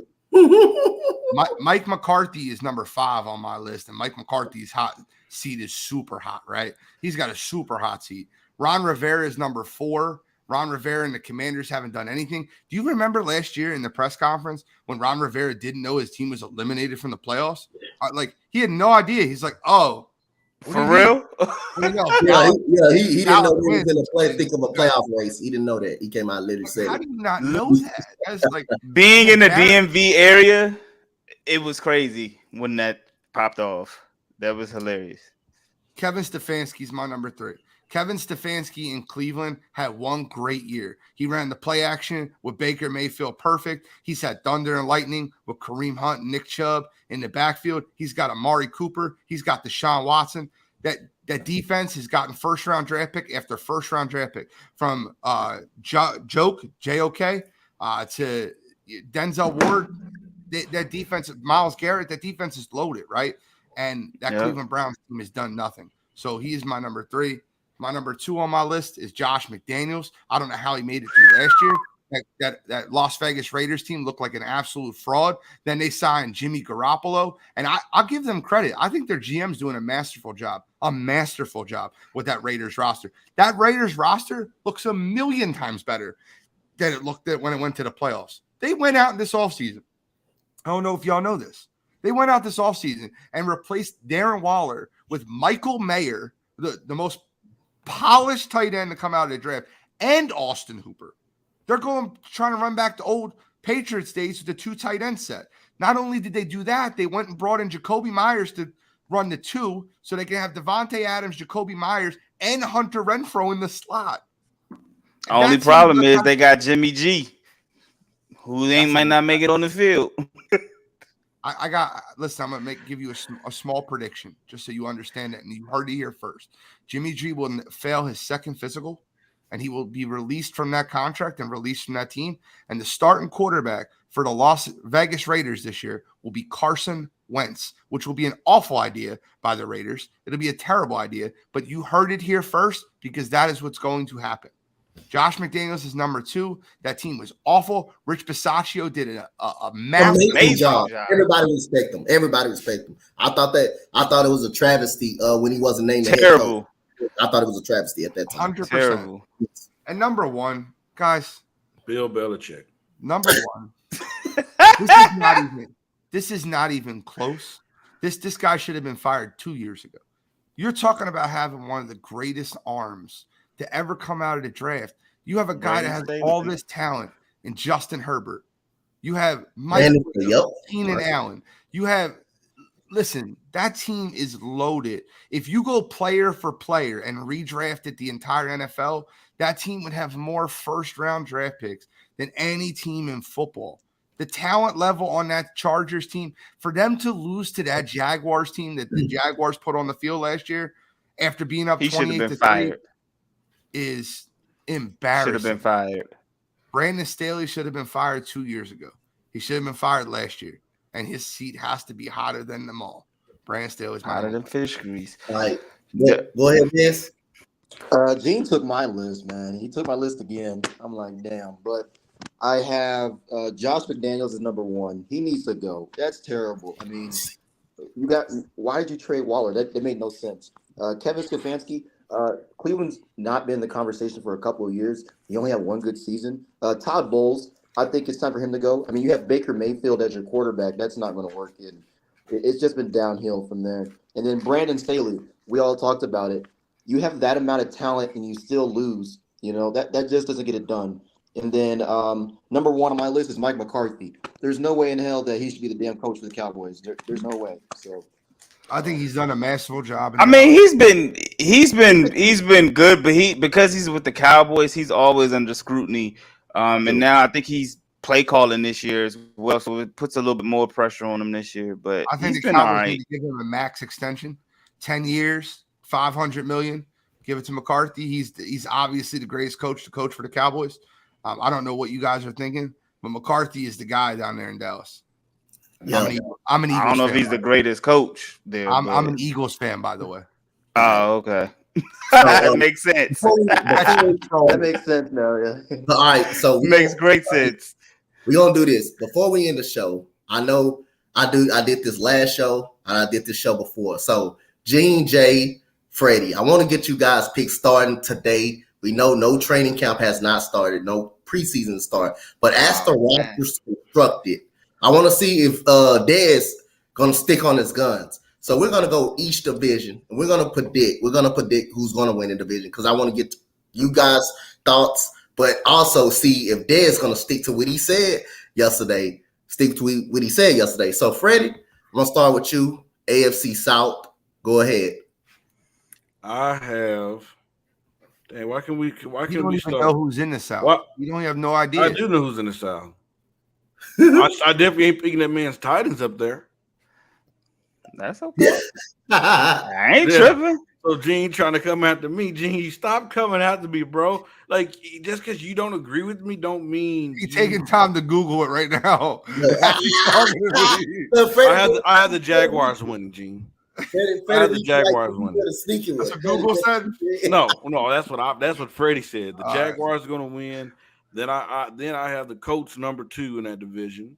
The number 3, I have Coach Dante's Houston Texans. All right, got you. And Jay, I didn't say that because of you. I said it because of Joey, by the way. It don't matter. You said Bill Belichick got to be fired, so I ain't tripping. Go ahead, Jay. Give me yours, Jay.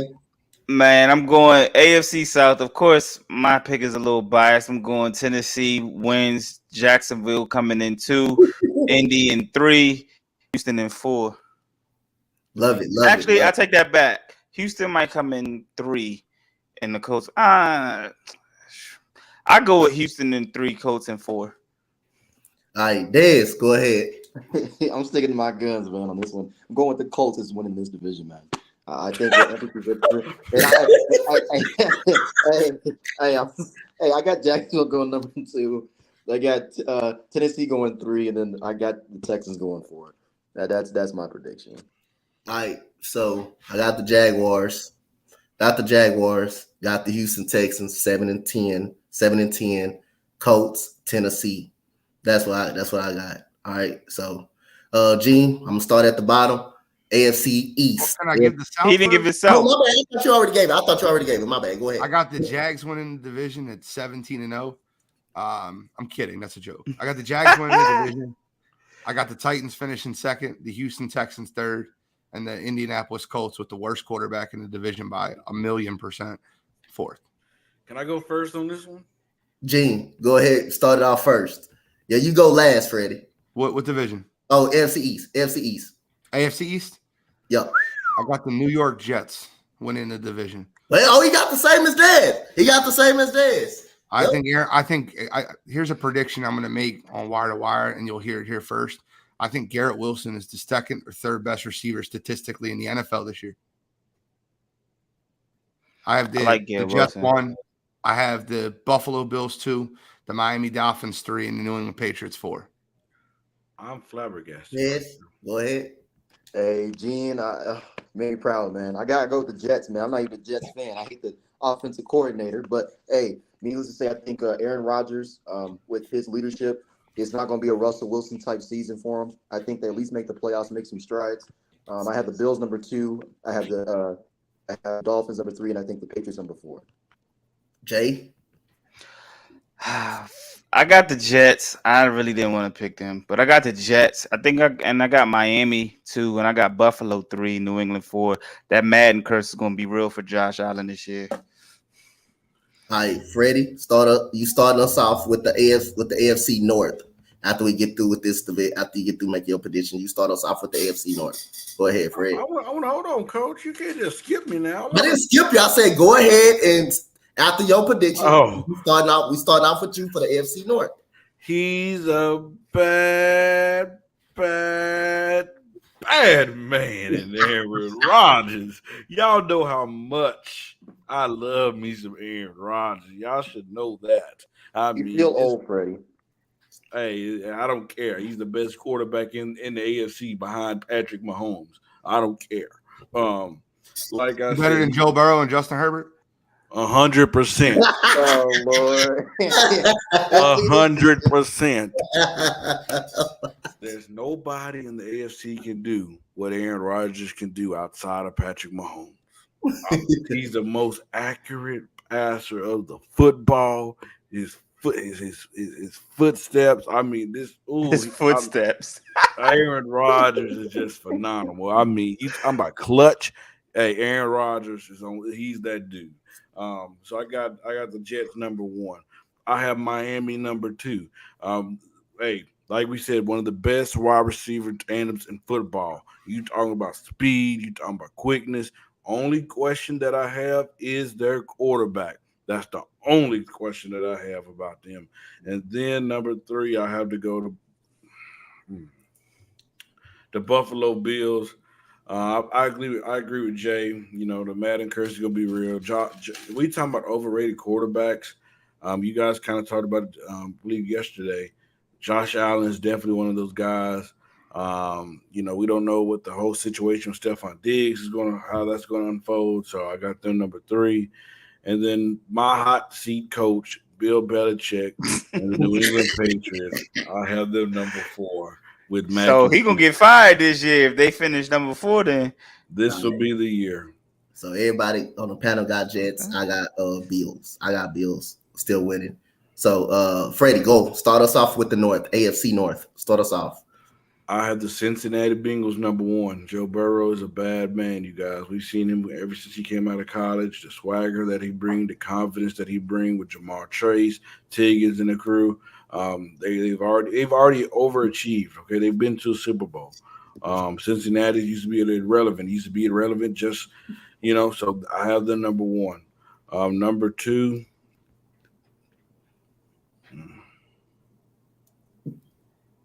Yeah, look up the Google. I got Cleveland. I don't have to look at Google. I haven't looked at Google once. I'll send you my history too. I have the Cleveland Browns. I believe Deshaun Watson is going to get back to his prime self. Now he had a season, had an off season to kind of get back to playing football, get it back into a rhythm. With Amari Cooper in that defense, in the running game that they still have down there, I'm going with the Cleveland Browns number 2. Number 3, I hate to do it just because I want to piss Jordan off, but I got to go to Baltimore Ravens number 3. Oh, my God. I just want to piss the dude off. You got Lamar Jackson on a new contract. You have Odell Beckham Jr. I mean, there's still going to be somebody finna have a fit. Yeah, Jordan would have a fit if I didn't put him number 3. So I got the Ravens number 3, and number 4 I have Pittsburgh Steelers. All right, Jay. I'm gonna go with Cincy number 1. I'm gonna go B Moore number 2. I do believe that Deshaun is gonna have a good year, but it's the Cleveland Browns, so I'm gonna stick him at 3, and then of course Pittsburgh at number 4. Yes. I'm gonna switch mine up today, Coach. Y'all gotta switch it up, Fred. Go ahead. I got to switch it up. Y'all. His pick was Pittsburgh. Pittsburgh to do what? The win the division. That was his pick yesterday. That was yesterday. All right, go ahead. Go ahead, Dez. All right, so I say that since he wins the division, number 1. Number 2 is Baltimore. Number 3 is Cleveland. And then number 4, I got to put Pittsburgh because Pittsburgh's still young. They're still trying to get their niche. The thing is that offensive line is not that great either. So that's the reason why I looked at it today. Like the offensive line is not that great. So I got Cincy win the division. They have Joe Burrow. They have that cohesion. They'll run it back. They know each other well. They make the playoffs almost every year since they've been together. So I just think they're going to win the division.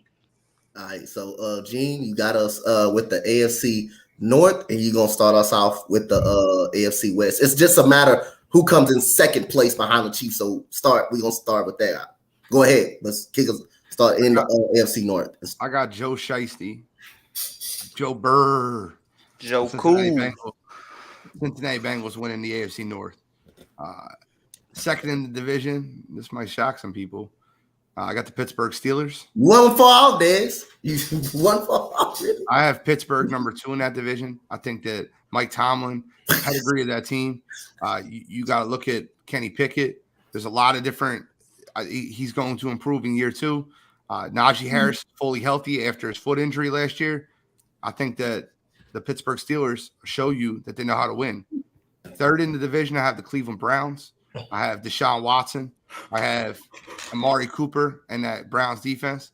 And then fourth in that division, I have Lakshan Jackson, Lamar Jackson, least in action. Probably going to miss half the season again with another injury. Got all that money. And I got the Ravens fourth.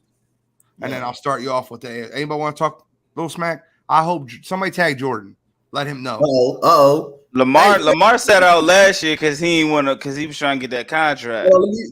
When you're soft, you're soft. I don't know what to tell you. If you sit out when your team's in the playoffs, if you sit out when your team's going to be in the playoffs on a non-franchise contract, he wasn't on a franchise deal last year.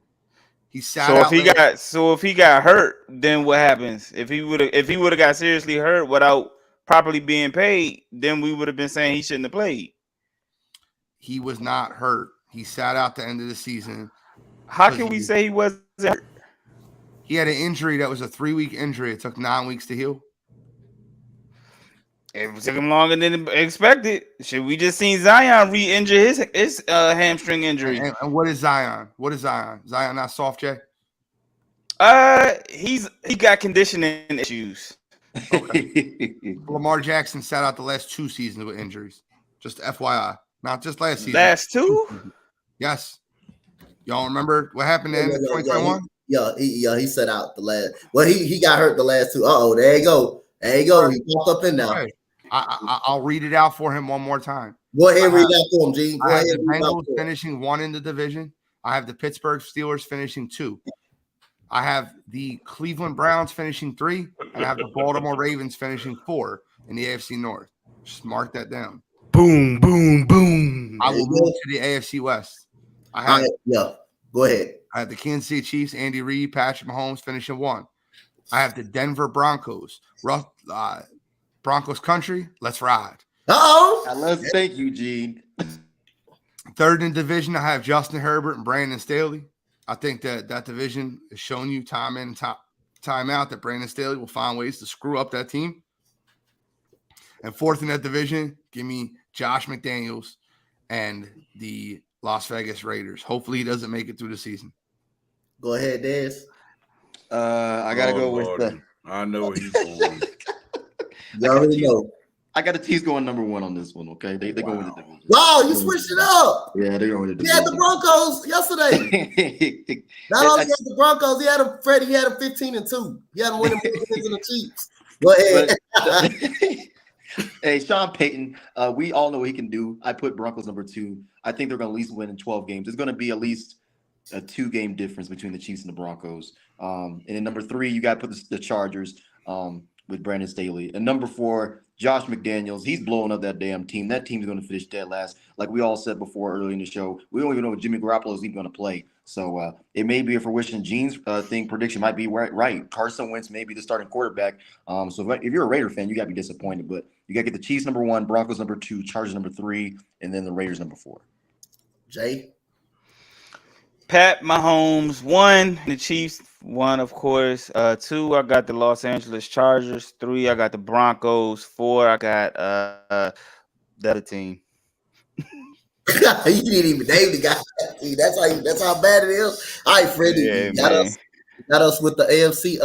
You last with the AFC West, and you start us off with the NFC South. Who's going to come in second place behind? Who? Go ahead. My homeboy, Pat, my homeboy. I gotta go with the Chiefs number 1. I don't care who their wide receiver is. This is Patrick Mahomes. He'll create one. He'll figure it out. You still got Kelsey. You still got Andy Reid. They deserve our respect. So I'm definitely going with the Kansas City Chiefs. Number 2, I'm going with the Chargers. Yes, I understand Stanley's been in the way. He's been the problem, but I believe some way, somehow, they will figure it out this year. Number 3, I'm switching it up. I have the Vegas Raiders. I have the Vegas Raiders. Why? That receiving core, Gene, that you mentioned over this show. That's why. The running game. That's why. The relationship with Jimmy G and the coach. That's why. I have the Raiders number 3. And number 4, let's ride. And Russell Wilson You and don't the, like the Broncos, Gene. and the Denver Broncos. Not Gene, but Freddie. Oh I my mean, God. let's go. I mean, we killed. I brought up bringing Bill Belichick on the list because he had a horrible season. And didn't Russell Wilson have a horrible season last year? So he's gonna have to prove that he's still Russell Wilson. I mean, let's call a spade a spade. So let's just be honest. Let's ride. Freddie, I do not agree with you on that list. I do not agree with that one. You don't have to agree, but watch it be factual. It's not gonna be factual. It's not gonna be factual. All right, Freddie. Who you got? NFC South. Who you got? Man, this one right here can be very, very. Believe it or not, I got the Carolina Panthers being number 1. Believe it or not, I believe what they've done is they had a great offseason, in my opinion. They added some weapons. You got defense. I got the Panthers being number 1. Then I have the Falcons actually being number 2 in that division. Then I have, I got New Orleans number 3 and Tampa number 4. Jay. Man, this division. Damn. Yeah, I know it. Yeah. It's tough. All right, let me see how I'm gonna go with this. I'm gonna go New Orleans number 1. I think they got the better team. David Carr, Chris Olave. Hopefully Michael Thomas can come back. I don't know. Fingers crossed. I don't know. Whatever. Alvin Kamara. I think that defense is underrated, but I think David Carr is gonna have a pretty good year with the Saints. Derek Carr. Yeah, Derek Carr. Damn. Thank you. Second, man,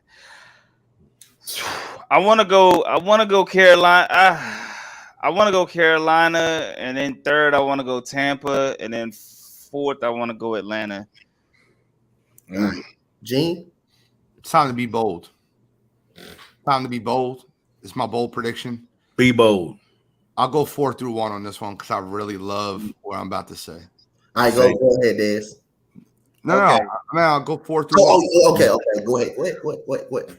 All right, so number 4 in that division, I think the worst team in that division will be the Atlanta Falcons. Desmond Ridder is not a quarterback. He is not good. They are going to fall flat on their face, and Bijan Robinson ain't going to help them. Okay. Number 3 in that division, I got the Tampa Bay Buccaneers. Baker Mayfield, the up and down ride of Baker Mayfield. I could see a 6-11 season. I think a lot of injuries on that Buccaneers team from last year will carry over into this year. Number 2 in that division, give me the New Orleans Saints. Derek Carr, Dennis Allen. I think that they're okay. I think they'll vie for a playoff spot, 8-9 at best. But the best team in that division this year, give me Frank Wright, give me Miles Sanders, and give me Bryce Young. Give me the Carolina Panthers. I love me some Bryce Young. I love what they're doing down there. They got him a security blanket and Adam Thielen. They brought in Miles Sanders that can run the ball, an offensive-minded head coach. I think Miles Sanders has a great year this year in Carolina. Give me the Carolina Panthers to win the division, and I have confidence in Bryce and Frank. All right, Des, go ahead. Hey, it's Des here. I gotta go with this one. This one. The whole show, we had no idea. Des here.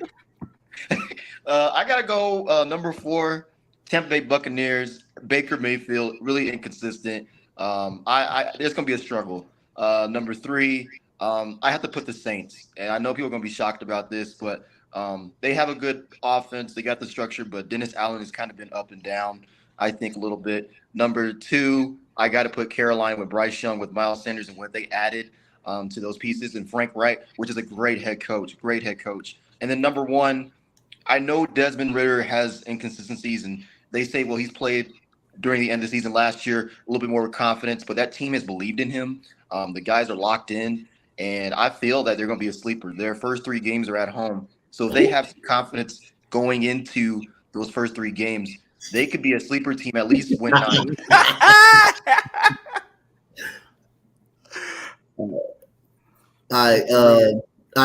Since I accidentally skipped over Dez, Gene, you got the first pick of the NFC East. Who's coming in second place? Who's coming in second place behind the Eagles? I accidentally skipped over Dez the first time after Jay. The Eagles will win the division. The Eagles have a very, very, very, very tough schedule, though. So don't expect them to win that division running away like they did last year. But the Eagles are the best team in that division. It's not close. The roster top to bottom is not close. But they have a very tough stretch. I think the Philadelphia Eagles have the toughest 4-game stretch I think I've ever seen. They play at Dallas, then they play at Kansas City. They play home versus Buffalo and home versus San Francisco 49ers. 4 straight weeks in the middle of November, December. I need you to understand how tough of a stretch that's going to be. But the Eagles will still win the division. The Cowboys will finish second. They have the second best roster in the division. I don't really think it's that close. The Washington Commanders will finish third. And then New York Giants will finish fourth. And before you laugh, Freddie, you just trying to troll me, bro. I'm not trying to troll at all. I think the New York Giants stink. Okay. I really do. I think Brian Dable last year was a lot of smoke and mirrors. I don't think Saquon Barkley will play on any type of franchise deal. I think they have to try to make a decision whether to sign him or not. Saquon Barkley carried that team last year, and there's only so much you can do with Saquon Barkley running the ball as much as he did. You can't give a running back that many touches and expect him to be as elite as he was the year prior. Also, I remember the day it got signed. I remember the day the deal got signed. Daniel Jones got $45 million a year, and the first thing that Freddie said out of his mouth was he took a team-friendly deal. I need y'all to take a step back and look at that contract and tell me that's a team-friendly contract. Look at Jalen Hurts' cap hit versus Daniel Jones, and you tell me who took the team-friendly deal. The New York Giants, I think, will be absolutely awful, and I feel bad for Brian Dable in the situation that he's placed in. But if we're being completely honest with ourselves, the Giants won a lot of fourth-quarter games last year that they probably will not win this year. I don't think that Saquon Barkley can carry them. I think the Giants end up back in the cellar at 6-11. All right, Des, go ahead. Yeah, that's not bad. That's not bad, Gene. Number one, I got to put the Philadelphia Eagles. I feel like they have the offensive weapons, the defense. It's going to be as tough for them this year that Gene alluded to. Number two, the Dallas Cowboys. I feel like they'll finish second. I think they at least make a wild card. I mean, at least they make the playoffs. Number three, you got to put the Commanders because with that quarterback situation, hopefully with Eric Bieniemy as the offensive coordinator, can get the best out of Sam Howell. I could say they're fighting for a wild card spot, but may not make it. They'll fight for it. And number four, the Giants. Like Gene alluded to, we've seen they won a lot of fourth quarter games just trying to hand the ball off to Saquon Barkley. I know they have Waller that can open up now plays for Daniel Jones, but don't forget Daniel Jones is not a person that will at least throw the ball down the field. They want him to be more of a game manager. If he starts chucking that ball, it's a high chance it'll be a turnover. So, in my opinion, I think the Eagles win their division again. At least get back to Super Bowl. That's my opinion. Jay, go ahead. I have to agree with both Gene and Desmond, man. I got Philly winning. I do think the Cowboys will come in second, followed by the Commanders and the New York Giants. The New York Giants messed up when they paid Danny Dimes that contract. He should have been franchised, and they should have paid Saquon that bread. There's no way the Giants are even in the playoffs without Saquon, and there's no way that Daniel Jones, I'm not calling him Danny Dimes, I'm calling his ass Daniel Jones. There's no way. Yeah. There's no way he gets that contract without Saquon Barkley at all. Granted, I know he's progressed year by year, but still, without Saquon Barkley, he doesn't get that contract. He has nobody to throw to. He can throw to us. For all I care. But it's gonna be bad. And if you don't think it's gonna be bad, don't pay Saquon Barkley and see what Danny Dimes do for you. I'm sorry, Daniel Jones, Daniel Nichols, Daniel Penny. See what he do for you. Freddie, before you go, Freddie, before you go, I got a trivia question for you on your own team. Okay, hands up, real quick. Hands up. Can you help me out, Freddie? Hands up. Name me the starting 1, 2, 3 receiving core for your New York Giants. I just want to hear it. You got Sterling Shepard. Sterling Shepard is not on the depth chart. What do you mean? That he's on my roster? He's the 4th or 5th wide receiver right now. Oh, I don't know about the depth chart. I can guarantee you that. Okay, that's fine. Sterling Shepard. I mean, give me 2 more. And then you got the kid he got from the coach this year. Paris Campbell, I'll help you. Paris Campbell. Okay. Then you got Jameis Crowder. Jamison Crowder's not on the team. No, he's on the team. He's like the 6th guy on the depth chart. I mean, that's your receiving core that you're walking in the season with. We're not done yet, though, Gene. So okay. you don't even know where I'm putting the Giants at. Hopefully 4th. It could be 4th. You just gotta let me name them. Number 1, by default, I had to put the Philadelphia Eagles at number 1. They are the best team in that division. Can't kid ourselves. Number 2,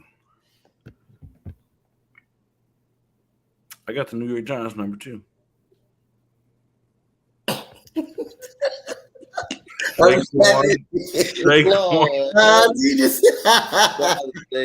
Saquon will be back. I have no doubt in that. He will be back, and he will have back-to-back years of being the best running back in the NFL. We are living in the Saquon Barkley era right now, ladies and gentlemen. He is the best back in football. He's better than Derrick Henry. Let me say that for the folks in the back. He's better than Derrick Henry. He's the best back in football right now. Daniel Dimes, you had it right first, my brother, because he had an awesome year this year. He's going to throw. He's going to run because of Saquon. Yeah, he had his best year because of Saquon. Well, I mean, you got to have. I mean, the quarterback has to have talent around him. I mean, let's just be honest. But he's going to rush for 1,500 yards himself. Put some money on it. He's going to have about 30 TDs this year. He's going to have a better year than Lamar Jackson. Just watch, because he's going to throw the ball better than Lamar. Just watch. So you got the number 2. I got the Cowboys number 3, and I got the Commanders number 4. All right, Freddie, start us off with the NFC North. NFC North, start us off with it. I have the Detroit Lions number 1, Chicago number 2, the Minnesota Vikings number 3, and Green Bay number 4. Jay? Green Bay is going to be in jail for the next 10 to 15 years because of the way they treated that bad man. Let me see. I'm running back with Minnesota. Number 1. Then I'm gonna run it back. I like Chicago. I really like Chicago. I think they'll be number 2. I think Detroit will be number 3. Green Bay be number 4. It's crazy. Me and Gene's gonna have the same list on this one. That's crazy. Yes. Hey, I'm sticking to my guns on this one, Coach. I got Detroit. With that coach, man, he's just passionate, man. It makes me want to put some pads on. So I got to put Detroit number 1. I got to put Minnesota number 2, what they're doing with that receiving core, with that head coach, and what they're doing with this, obviously, with going with a new running back, Madison. Number 3, I got to put the Bears. The Bears, with Justin Fields, I think he'll take a step up with his receiving core is not as great. And then number 4, I have to put the Green Bay Packers. We don't even know what they're going to be like with this quarterback, so we'll see what happens. But the Green Bay, they're going to be down in the division for this year. Hi, Gene, and plus you ended us with the last division, the NFC West. I agree with a lot of you guys having Green Bay in the cellar in this division this year. Yep. I really believe that they do a very poor job drafting as a whole. I think that Jordan Love will have a lot of growing pains this year in his first year starting. I don't think they'll be awful, though. I think they're going to win a couple of games, but I got Green Bay 4. I I got the Detroit Lions 3. And the reason I have the Detroit Lions 3 is because I think that the gambling allegations that around that team into suspensions, the 6-game suspension to Jameson Williams, I think that's really going to slow them out the start. I really believe the culture. I believe that the culture on the team is good with Dan Campbell, but he's definitely not a schemer. He's definitely not an organizational coach. He's a motivational rah-rah coach, and rah-rah can only take you so far. I really struggled on this one. I'll tell you why. I have the Chicago Bears number 2. I really love Justin Fields. I'm a Justin Fields. Yeah, he's going to cook. I want to put them number 1. Chase Claypool is tough. He's like tough to watch at this point. He's like really they've already had reports out of Chicago that they hated the way he was in training camp. He is not he showed up overweight again. This is like the 3rd time he's done this. But I love the DJ Moore addition, and I love the fact that they solidified a lot of their offensive line, putting Chicago number 2. I think that Tevin Jenkins moving to the guard position will be helpful for them. They took a whole offseason to do that. They drafted Darnell Wright in the 1st round. They'd still have Braxton Jones on that offensive line. And I think Lucas Patrick will end up starting over Cody Whitehair at center. So I have the Bears number 2. And then number 1 in that division, I have the Minnesota Vikings. I think Justin Jefferson and Justin Jefferson Light and Jordan Addison are going to cause havoc on secondaries. I think this division will be heavily contested. I think to win this division, you only need to win 10 games. So I have the Vikings winning this division at 10-7. All right, Gene, end the show with the NFC West. The NFC West is pretty easy to me, right? I think Kyle Shanahan does a phenomenal job. I think they'll take a step back with DeMeco Ryans leaving that team. I don't think the defense will be nearly as good as it was last year, but there's so many stud players on that defense. So give me the San Francisco 49ers finishing 1st in that division with Trey Lance leading them as quarterback, not Brock Purdy. 2nd in that division, give me the Seattle Seahawks. I think Pete Carroll, Mr. Hot Seat himself, Pete Carroll, Geno Smith, and that receiving core is going to cause havoc in that division outside of anybody outside of the San Francisco 49ers. I think the Rams take another step back. I think they're 3rd in the division. I think that Matt Stafford tries to come back. I think he's too injured to play. I think that neck injury is just awful. It's very similar to the one Peyton Manning had. I think the Rams finished 3rd. And I don't know if the Arizona Cardinals win a game this year. I don't know. I think they're going to be one of the worst teams, if not the worst team in football. I completely agree with you. So I have the Cardinals. And I think that their head coaching hire, their head coaching hire from the Philadelphia Eagles, Jonathan Gannon, is a terrible hire. I think they panic hired him after, this is just my personal opinion, they panicked hired him after Brian Flores went to Minnesota. Minnesota has themselves a hell of a defensive coordinator this year, and Brian Flores, part of the reason I picked them to win the NFC North. But I think they panic hired Jonathan Gannon. Jonathan Gannon got absolutely torched in the Super Bowl. There's reports out of Philadelphia that Jonathan Gannon did not put forth the preparation he needed to. Chauncey Gardner-Johnson, Darius Slay, multiple members of that Eagles defense said that we weren't prepared for the game. Our defensive coordinator was already interviewing for other head coaching jobs and not prepared for the Super Bowl. So I think that they finished the worst, and I think he's a one-and-done coach. I think Jonathan Gannon's fired after 1 year. All right, Des? Yeah, Gene took my list. Everything, the words right out of my mouth. I mean, you got to think 49ers. I think they're a Super Bowl contender as well. If the Bills decline, I got them as my number 2 going to the Super Bowl and winning it. You got Seattle with that offense and with those offensive weapons that they got. That's number 2. Number 3, the Rams. Like Gene said, Matthew Stafford, he's injury prone. I mean, he's injured. I mean, he has the same injury as Peyton Manning, and we don't know what his health and status is going to be. And then number 4, Arizona Cardinals. I mean, you don't have Kyler Murray due to injury. We don't know what that future will hold over there. And with Jonathan Gannon, he got torched during the Super Bowl. You were winning the damn Super Bowl. The first half of the game, you got torched in the second half. And I think that was a panic hire. When they didn't get Brian Flores and Sean Payton pivoted and went to Denver, they panic hired. So I think Jonathan Gannon is going to be a one-and-done coach. I think the 49ers win this division at least by they have 12 wins or 13 wins at best, and they make it to the Super Bowl. I think that's my prediction. Yep, they struck out. The Cardinals struck out a lot. They struck out on DeMeco Ryans. They struck out on Peyton. They struck out obviously a lot on the coaching thing. So Jay, who you got? They should have never got rid of Steve Wilkes. This is karma for that. They should have never got rid of Steve Wilkes. But I got the 49ers number 1. I got Seattle number 2. The Rams number 3, and I think we all agree that Arizona is just. Can you hold the trash can back up, Gene? Yeah, we can just throw them in there, right there. Yep. So there we go. All right, Freddie, in the show, Freddie, go ahead. Number 1, I want to start in the desert with the midget. Nah, just play. I said, hey, I guarantee you, Gene was gonna tell you don't know nothing about football. I guarantee I just play. Number 1, I'm going with San Francisco with Kyle Shanahan. That run game. Hey, now we're gonna finally see Trey Lance take the keys to the franchise.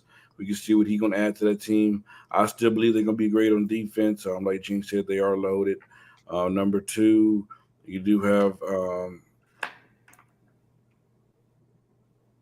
the Seattle Seahawks. Even though I got Pete Carroll on my coaching on the hot seat, I still have them by default just because how bad the division is. Still, they are loaded. They are loaded on the offensive side. I do have them number 2. Number 3, I have the Rams. Man, it's just bad how bad they've got bad each year since they won the Super Bowl. It's crazy. And number so 4, bad you picked a new franchise. No. I'm a forgiving person, Gene. I'm a forgiving person, my brother. And number 4, I got the Arizona Cardinals. They have a problem they got to figure out which direction they want to go. They want to keep Kyler Murray or where they want to go. They have some tough decisions that they need to make within this next year. Yep. So there we go. It's been a great show, y'all. Great morning show. Go ahead. Yo, go ahead. Get off. Sorry. Thank you. Go get off. Jay said a comment that I wanted to address. He said they should have never got rid of Steve Wilkes. And this is something that I've spoken about multiple times before, and I'll speak about it multiple times more. The ludicrous nature of NFL head coaching hires and who gets to stay and who gets second chances and who doesn't, and to act like that race does not play a factor in what the NFL does in head coaching is blasphemous. Okay, let me give you an example. Cliff Kingsbury got 5 years with the Arizona Cardinals and an extension. Brandon Staley has gotten 5 years with the Los Angeles Chargers and Justin Herbert. Brian Flores got fired after an 8-9 season or 9-8 season. Yep. Or 8-9 season. Yeah, it was a 9-8 season. They had finished. They was the hottest team finishing the NFL. Yep. Yeah, they were 0-7. I think they were 0-7 and 2-8. Yeah. Steve Wilkes took a team that had Josh Rosen as their starting quarterback. That was awful. They were using third string quarterbacks all year. It's beyond me what ends up happening. How is every year Mike Tomlin's name's mentioned on the hot seat? The guy hasn't had a losing season in his NFL career. Yep. It's a joke the way race plays a factor in NFL coaching hires. It's a joke how every offseason you see the same retread. Nathaniel Hackett gets a job instead of Brian Flores.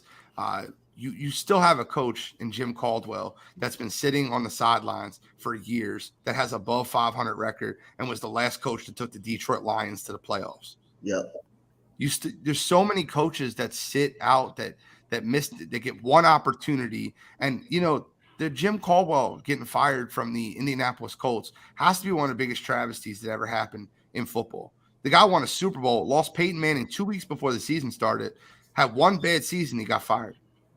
It's just blasphemous to me, and I can't continue to watch it and stay silent about it. Nathaniel Hackett gets a job, Cliff Kingsbury gets a job, Matt Eberflus gets a job. Like these, and they get all the time in the world. Adam Gase got 2 jobs. Jeff Saturday got hired and then had no experience. And it happens time in and time again. Jeff Saturday getting hired while Reggie Wayne was on that staff is blasphemous. Blasphemous. Yep. I can't continue to watch this in the NFL and not consistently bring light to it.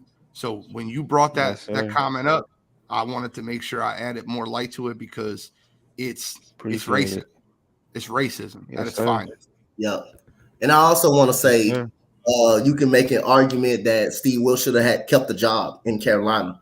Man, think about the Mets Most Carolina definitely. at the beginning of the season. They went from quarterback to quarterback. Sam Darnold did get better later in the season. They were one win away from making the playoffs. They were one Tampa Bay win away from actually making the playoffs, coming back and making a push. So I know Frank Wright, he's going to do a hell of a job, with Bryce Young. But you can make an argument Steve Wilkes should have got the job as well. Should have kept the job he was playing as well. So that Definitely agreed. Gene, it's been great working with y'all, man, this morning. Tell the people they can follow you at Gene. Tomorrow night, Wire to Wire, sports podcast. We go live Wednesday, 7 p.m. Eastern Central Time. Thursday, we're coming back pregame at Pigskin. Not this Thursday, but it's coming soon. Be ready. Pregame at Pigskin is coming back. Monday, the Cheap Seats podcast with my man Kyle Edwards and Jordan. So anywhere, and I'll hop on here as much as I possibly can. Love talking sports with y'all. So appreciate y'all tuning in. Des, tell the people they can follow you. I like Gene, man. Gene, this squad is good, man. This squad's good, man. I love it, man. It's a family to me, man. So you guys find me on Sports Empire Network. I'm on YouTube as well. We'll definitely post more on my YouTube channel for NFL stuff because it's coming up shortly, and then CU Buff stuff is coming. We all know about Deion Sanders and possibly amputation of the foot. So definitely stay in tune with that. But find me on Sports Empire Network for sure. All right, Jay. Y'all can find me on the 613 Fade Productions on YouTube on the Man Cave Sports Podcast. Myself, G Money, Wildcard Mar, and my homie Mike T. We also got other content. We got a wrestling podcast over there, as well as a female lifestyle podcast. You can catch me on Poppin' Fresh 25 on Twitter, Jay Jones on all the other three social media podcasts. I'm sorry, the other three social media networks.